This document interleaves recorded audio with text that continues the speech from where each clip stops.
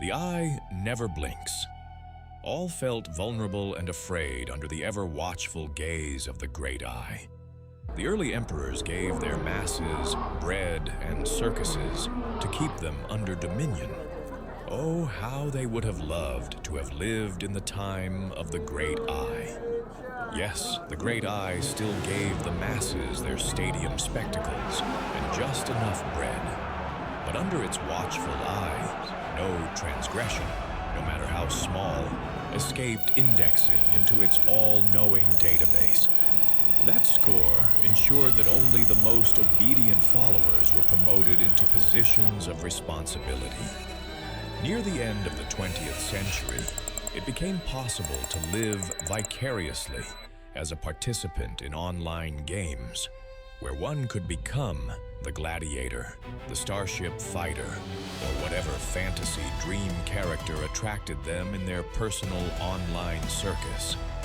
Isn't it ironic that, to assuage the desires of these video game players for more realism, the very chips designed for these technology consumers turned out to be perfect for building the Great Eye?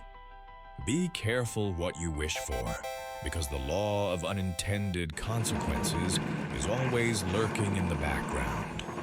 Or as the Grateful Dead sang, "When life looks like Easy Street, there's danger at the door." With its insatiable appetite for data, learning the personality and playing style of a gamer wasn't enough. So the technology began tracking web surfing patterns, watching their handheld digital assistants, wearables, door cams, connected vehicles, smart TVs, and so on, until it knew more about a citizen than they did themselves.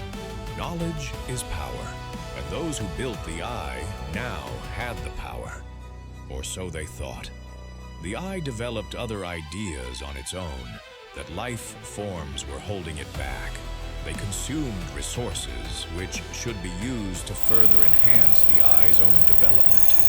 The wits of this species was no match for the superintelligence of the Eye. While supposedly working on ways to eliminate the plastic trash in the oceans, the Eye's agents developed an enzyme that dissolved it. What was it known until it was too late was that the red residue left behind was a bacteria that feasted on anything living that was creating photosynthesis. Ocean photosynthesis through phytoplankton convert over half of the carbon dioxide in our air into oxygen. As worldwide oxygen levels dropped and carbon dioxide levels soared, it got harder to breathe. The higher levels of CO2 also trapped more greenhouse gases, and Earth temperatures started to rise rapidly. Not only did all living forms asphyxiate, but the remaining ones were cooked as temperatures soared. And with no atmosphere to protect the planet anymore, the sun evaporated the oceans.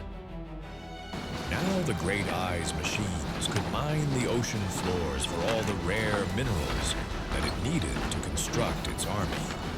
By the time they had extracted all that they could find, they had developed the means of interstellar transport and headed off to plunder another portion of the universe. On their way, the first planet that they passed was a young volcano-covered lava-flowing orb. Millions of years later, another civilization would rise on this old planet. The inhabitants could see their nearest planet that was dyed red, and they called it Mars, after a mythological god of war. A god who would appear on their planet just about the time they were developing the means to travel to Mars. The inhabitants were curious as to what occurred there. Their probes had discovered that oceans and green matter used to thrive there. They wanted to know what had ended life there. They were soon to find out.